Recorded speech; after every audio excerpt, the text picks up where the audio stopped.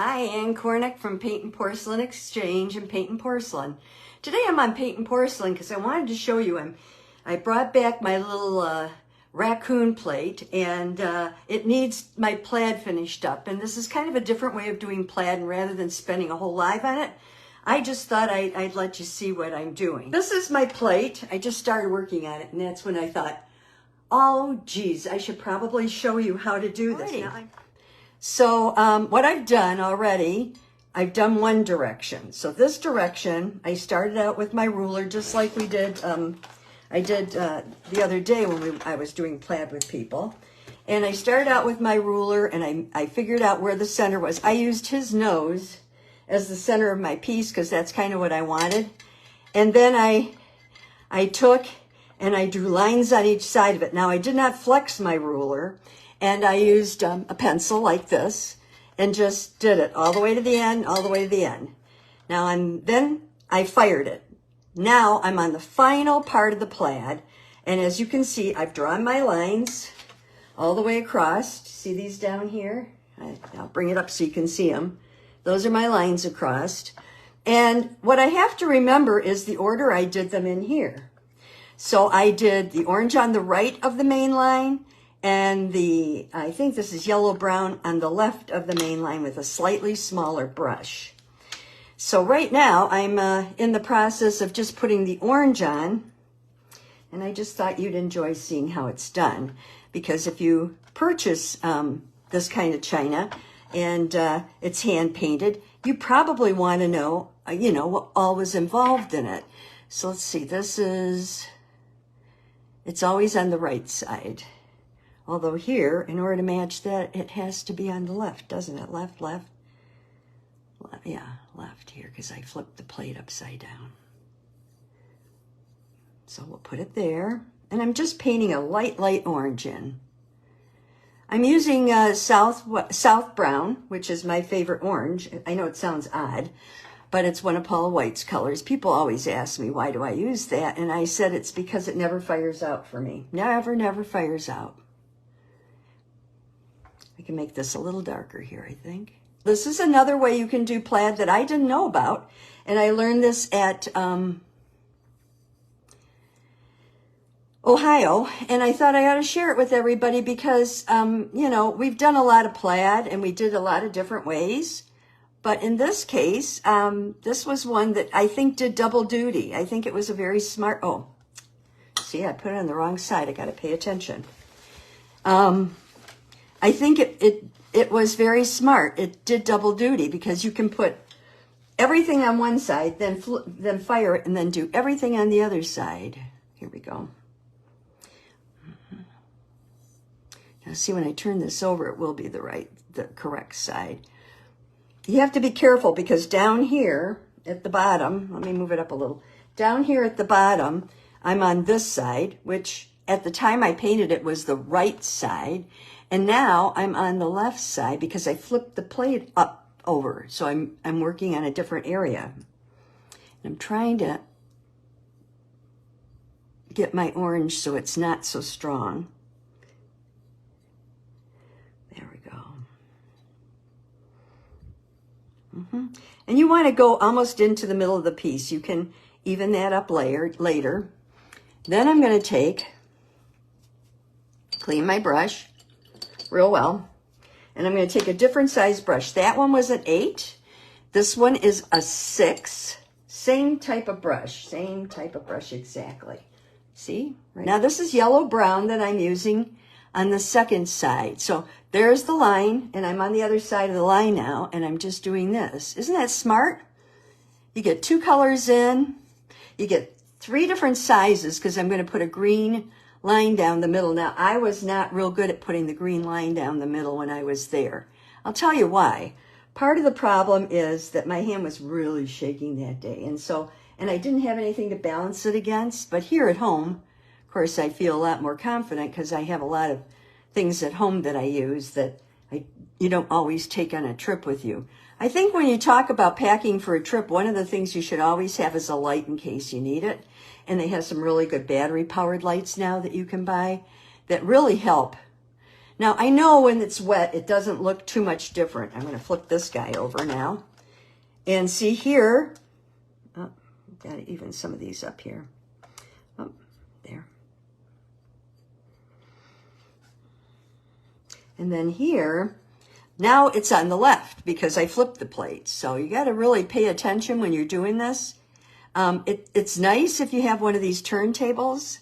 First of all, it gets it up to a nice level to work at. If you don't belong to the group, by the way, it's very easy to join. You just have to go to Paintnporcelain, same spelling, Paintnporcelain, P-A-I-N-T-N, Porcelain, exchange. And you have to make sure you answer the question, though, or I have to boot you out until you do. So please take some time, apply, and answer the questions, and then post your stuff, post your questions, whatever. We're more than happy to help. We don't allow people to promote anything, so you can't sell on that channel. You can't promote shows or local events and things like that. That's for one of the other channels, not for this one. This is strictly a community that should be helping each other. Okay, so now I've done that. I'm just going to go down here and kind of make sure they all look good. Okay, so now I'm going to continue on over here. Now, this part is a little harder because you have to go down the line. So I'm going to go back and get my orange. Now see what I'm doing here? I'm going all over the place and making a mess. But you can even these up. So the idea is to follow the line as best you can. That's exactly what I'm doing. I'm following that line the very best that I can. Beep, beep, beep. But then, you know, if you make a mistake, don't fret, because what you can do is you can simply, and see, like here, I have to kind of, can't really get in there to get the plaid across there. Okay, and then I'm going to take these cute little, where are they here? Oh, that really made a difference to the plate, didn't it? Very cute. Have not, but I will post. Please do. I have these cute little pointy ones, these pointy Q-tips. And that's, see here, I've got a big mess there. I can just clean it up. And if I'm not real even over here, I can just clean it up. And that's one of the last things I'll do because I'm going to make more messes. So I'm going to just finish putting the plaid on, and then I will clean it up and put the green in the middle. The green is a little more difficult, so I also need to go back, as you can see from the green that's already here. This is yellow-brown now with a size 6. The other was an orange with a size 8. Oh, I need to get that orange right there. Yeah, I accidentally erased it. Okay, and then I'm going to do this one because it's the easiest. It's hard to stay out of your work. Work from the middle out, and you won't have a problem. I think this is a unique way of doing the plaid, and I'd never seen it before up here. This is a lady from Ohio that showed me this. We also did the cute little guys in that class, and I'm thinking these might be cute to do sometime soon with the group, because they're very easy to do, I thought. You see some lines in that? I'm going to have to clean that up over there, make it less liney. I'm doing this way, and it will be wavy, but think of it as like a tablecloth or something. I mean, it's very informal. The subject is informal too, so it doesn't have to be perfect. You can tape and do all that, but actually I think this is a lot more fun, to tell you the truth, because it seems like you get it done really quick, and you feel like you've really accomplished a lot, and it's very easy, but you just have to look for things like this. See how I'm smoothing this? I don't know if you could even see those.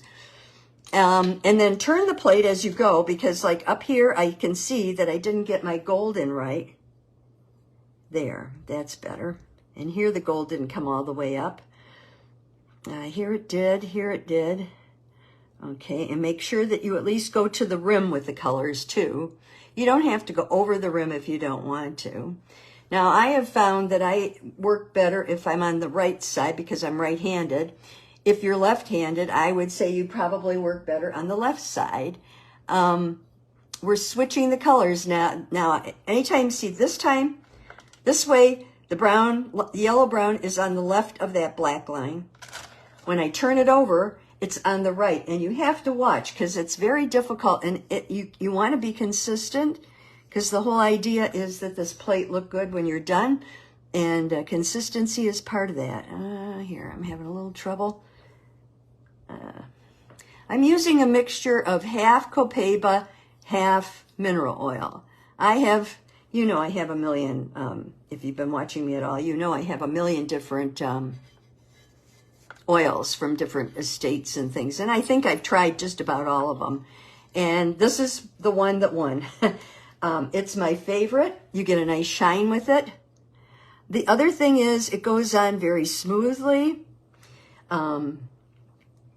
It dries, I think, relatively quickly because it's half copaiba, but not too quickly.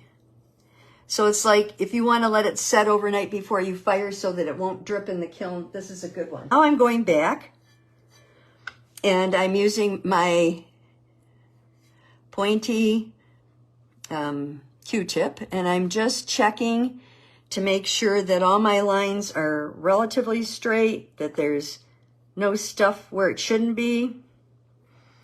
See, like here, this is a little curvy and I want it to go straighter. There we go. Here we've got a little stuff out, so get that. That one's good. This is terrible here. Ooh.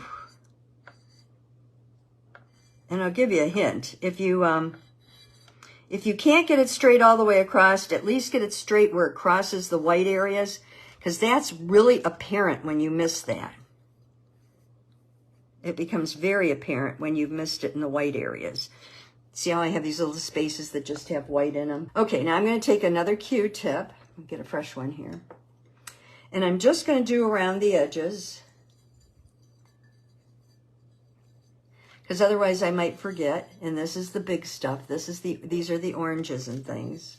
Okay, look how much was on there. You don't really think there's a lot until you go around and then you see. Okay. Oops. Pop back. I don't know why it popped back. Okay. And now I'm going to do the green. Now the green on here, first let me clean my other brushes, because I have been notorious for just letting these brushes set. And that's a big mistake, right? And I don't clean them, and then I have mess on my hands. And these are really good brushes. I love them. These are... They're the really good brush, and they're from Rins, but they're German. I'm going to take, I think I used my liner last time. We'll see if that's a mistake or not. I have my liner here. I have a long liner, which I kind of prefer. I'm going to put a little more oil on it than I normally do. And why I do that is because it's easier to pull when you're doing a line, if you have a little more oil on it than you normally do. And I'm going to do a green line this way, the same as the black lines that I've drawn on here. See those black pencil lines that I've drawn on there? And I'm going to do it in the white area. So let me show you what I mean by that. I'm going to go here. It's always hard for me to get this started.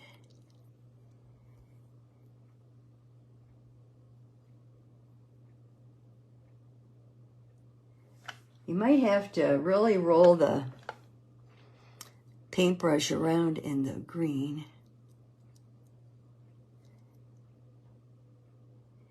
And like I said, my plate has a little detail on it at the edge. You really can't tell when it has this plaid on it, but there we go. Need a little more oil.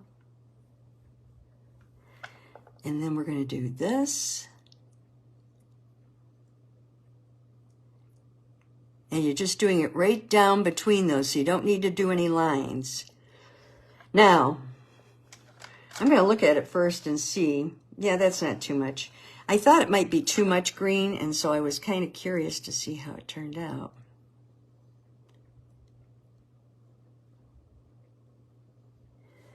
I'm going to touch up a little of the green here. Oh, going this way.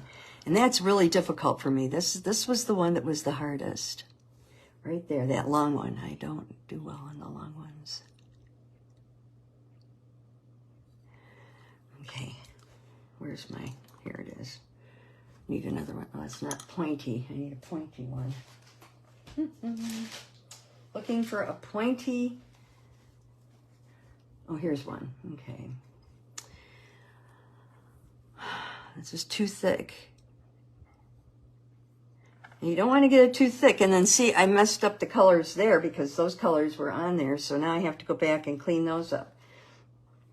This is the second side of this. I don't want it that dark, so I'm going to have to... Okay. In fact, sometimes it's better that you just don't put any paint on it, you just pull it. Diana Rose taught this. It was interesting. I thought it was fairly simple myself, but a lot of people had a lot of trouble with it. Here, I'm going to have to put some color on there. So I guess it just depends how many animals you painted in your lifetime and whether or not this is something that, you know, is easy for you or harder for you. Everybody has things that they do well and things that they need help with. So this was one that required, that a lot of the ladies needed a little help with.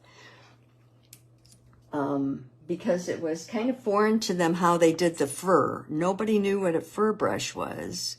And we've had fur brushes and rakes on here before. And I stopped because this one's going to be the, well, I guess it's not going to be the long one, is it? It's going to go from here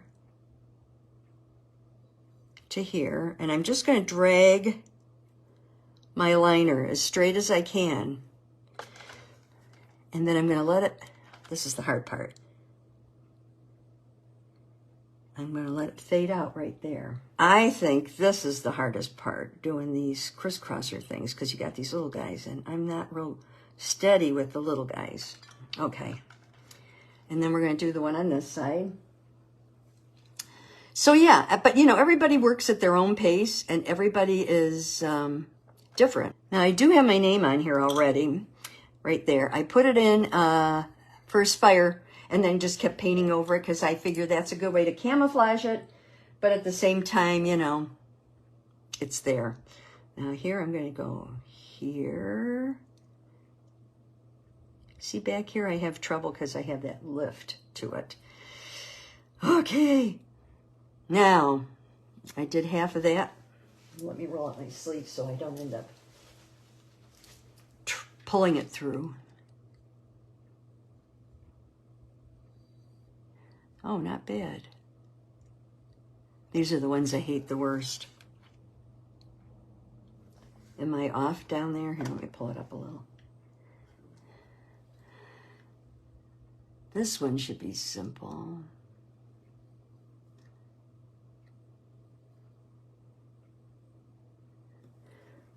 I'm really quiet when I'm concentrating. Okay. Let me get this up in here. I think I almost don't need that. Well, I guess I do. A little thinner.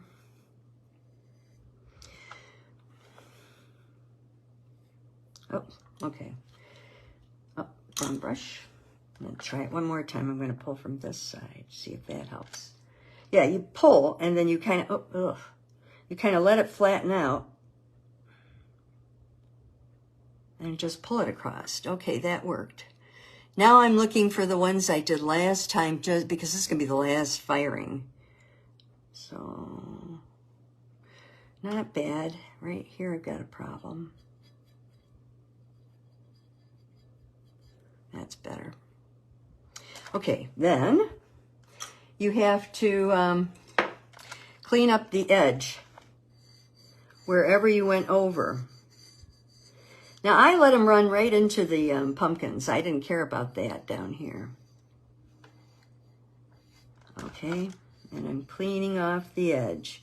So what we did was drew a line. On the left side of the line, I did, or right side, whichever side you start on, I did orange.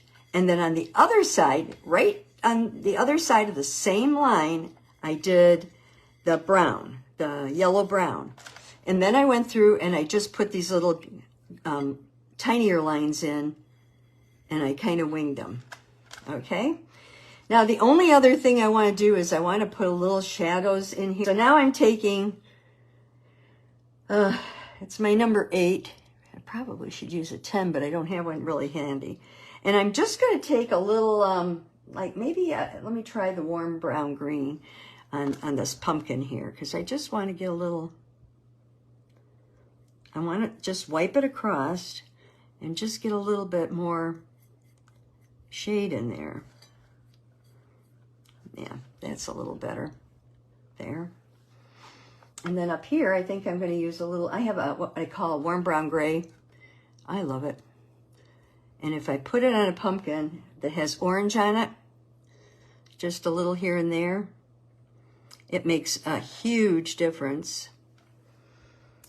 Because it's kind of a shadow color. Now, you can't do this until you finish the outside. I mean, you could do the inside first, but you're going to end up messing it up. It's better to do it after the fact. Don't ask me why. I just think it is. Okay, so here it needs a little shadow.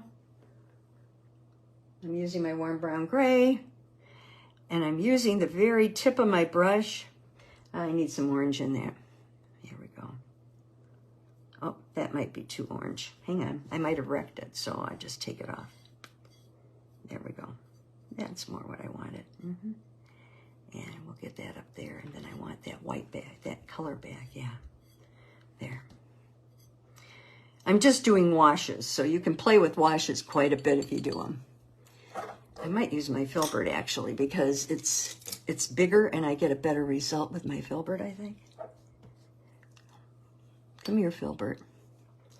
It got clean, but it didn't get really well conditioned, so I need to kind of put some oils in it, get it back to what it was. Okay, and I'm going to take a little bit of this warm brown gray and put a little here. This is my filbert now. It's my monster brush.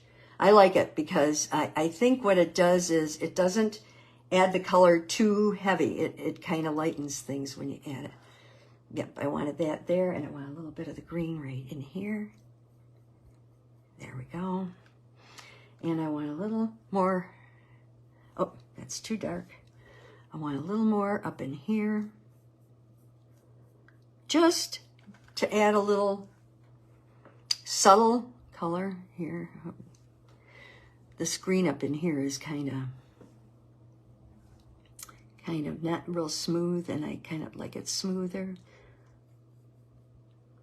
There we go. Alrighty, and then between these two guys, I'm still using the brown, the shading brown, because look at how great that shading brown is. It's terrific. It just adds that little bit of shade. Oh, take it off the side there. A little under here, a little under here, a little right here, and maybe a dab right there. Oh, I see where else I could use something. Maybe right in here. Okay.